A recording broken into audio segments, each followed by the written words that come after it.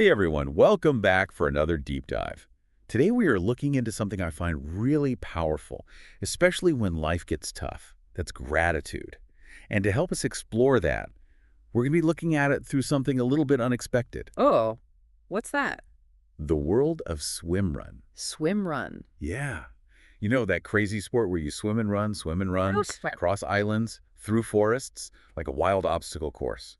I think I've heard of it, but I don't really know much about it. Well, it's all about pushing limits, Hmm. physically and mentally, but that's actually why I thought it would be interesting to look at it through the lens of gratitude. I see where you're going with this, facing down those challenges and finding something to be thankful for in the midst of it all. Exactly. So for this deep dive, we've got a couple of interesting sources. One is a personal story about recovering from a seriously tough injury called De la paralysie à la renaissance, la gratitude comme motrice. Okay, so like a first-hand account. Yeah. And the other one is called Claude et Gratitude. I'm guessing that's swimrun related. You got it. It dives into the mindset of this veteran swim runner, Claude, and how he approaches life with a pretty incredible sense of gratitude. Ah, But first, let's jump into that first story, De la paralysie à la renaissance. yeah, let's hear it. So this story is about a guy who was suddenly hit with this back injury, something called neuralgia, Coralcha, huh? and it basically paralyzed him at the L2, L3 vertebrae. Imagine that fear, Ah, Suddenly you can't walk. You don't know if you ever will again. that's scary. And the source, it's really powerful. I mean, it doesn't shy away from how rough it was for this guy. Like there's this part where he talks about being in the surgeon's office. He remembers the smell of the incense, the sound of his cane hitting the linoleum floor, little details like that. Wow, It's like you're right there with him. definitely taints a picture. Oh, there's this other detail. This one really got to me. He talks about actually counting down the minutes as his muscles atrophied. Oh, wow. I can only imagine how desperate that must have felt, like time slipping away. Yeah, a stark reminder of how quickly things can change. But it sounds like he found a way to navigate through all of that. And that's where the gratitude comes in, right? Exactly. It wasn't about like denying the pain or pretending everything was fine. It was about finding things to be grateful for, even while going through this incredibly tough experience. So what kinds of things did he focus on? He talks about those small glimmers of hope, like a tiny movement in his knee, the unwavering support from his loved ones, even the dedication of his medical team. It makes you think, doesn't it? Like, what would you cling to in a situation like that? I know, right? It's a powerful question for all of us. Have you ever been through something really difficult where focusing on gratitude actually helped you cope? I think we all have those moments, maybe not as intense as what this guy went through, but still, like you said, it's not about pretending everything is perfect. It's about finding those little bits of light, those things to hold on to when things feel dark. The source mentions he found a lot of strength in stoicism. Do you know much about that? Oh, yeah. Stoicism is all about accepting what you can't control and putting your energy into what you can. And when you think about it, facing an injury like that, it's a perfect example of when that mindset could be helpful. Right. Because he couldn't control the injury itself, but he could control his attitude, how he approached his recovery. Exactly. It's a powerful approach, especially in those situations where it feels like everything is out of your hands. Okay, so I'm starting to see the link to Swimrun here. Imagine you're in the middle of a race. The water is freezing, the terrain is brutal, the weather is doing its own thing. There's so much that's unpredictable. And swimrunners can't control those elements. But they can control their training, their mindset, how they support their partner. It's all about focusing on what you can impact.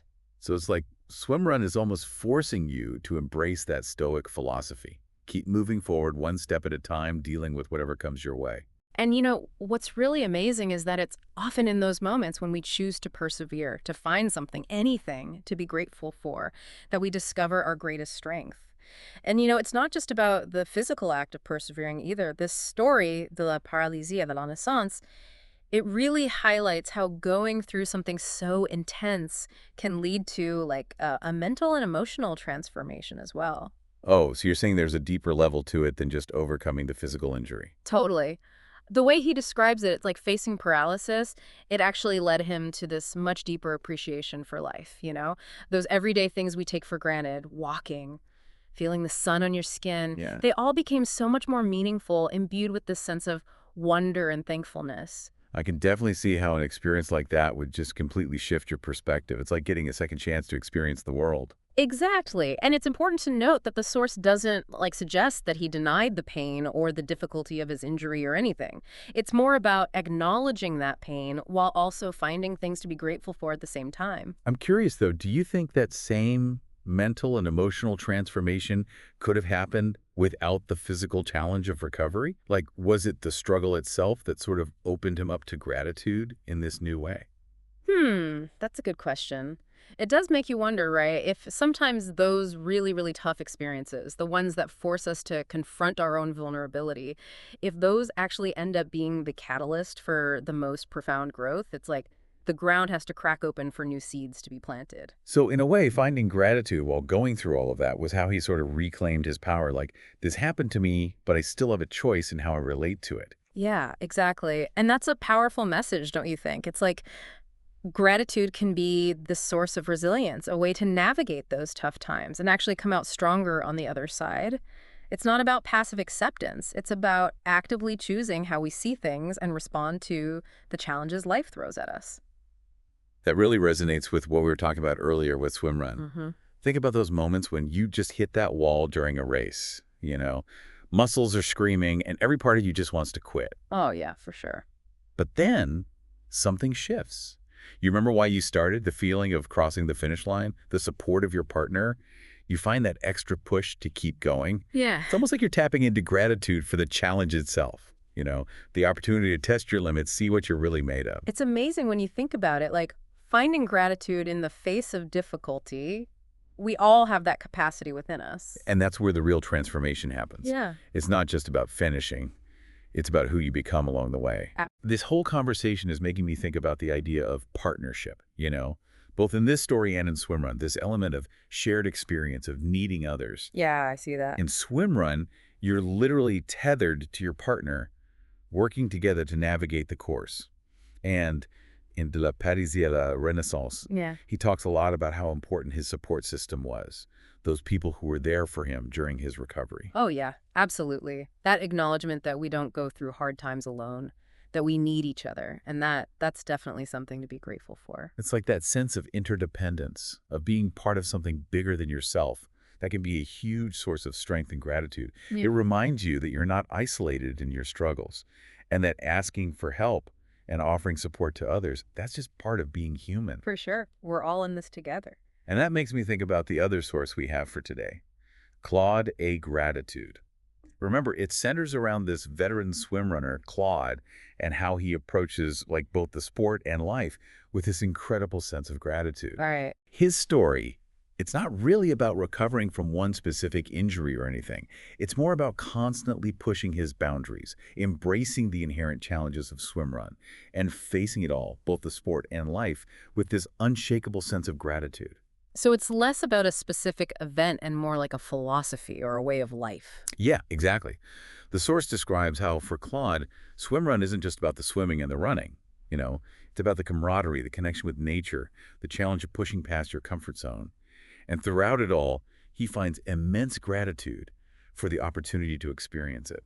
It strikes me that both of these sources, even though they approach gratitude from different angles, they both share this common thread of resilience, right? That ability to bounce back, to find strength and meaning in the face of difficulty. Yeah, and what's really interesting is that resilience, it's not about being stoic or emotionless. It's about acknowledging the difficulty, the pain, the challenges, all of it, but not letting those things define you. It's about finding a way to move forward, to keep growing, even when things get really tough. And sometimes that forward momentum, it comes from the support of other people. We were just talking about the importance of partnership in swim run. Well, the source mentions that Claude has this awesome network of friends, fellow athletes, who motivate and inspire him. It's a good reminder that, like we said, we don't have to do it all alone. Having people to share the journey with, people who understand the challenges, that can make such a difference. And thinking back to our conversation about stoicism, that idea of accepting what you can't control, well, in Swimrun, there's so many variables, right? The weather, the currents, even your own physical limits on any given day. Totally. But even within that unpredictable environment, there's still so much you can control. Your preparation, your attitude, how much effort you put in.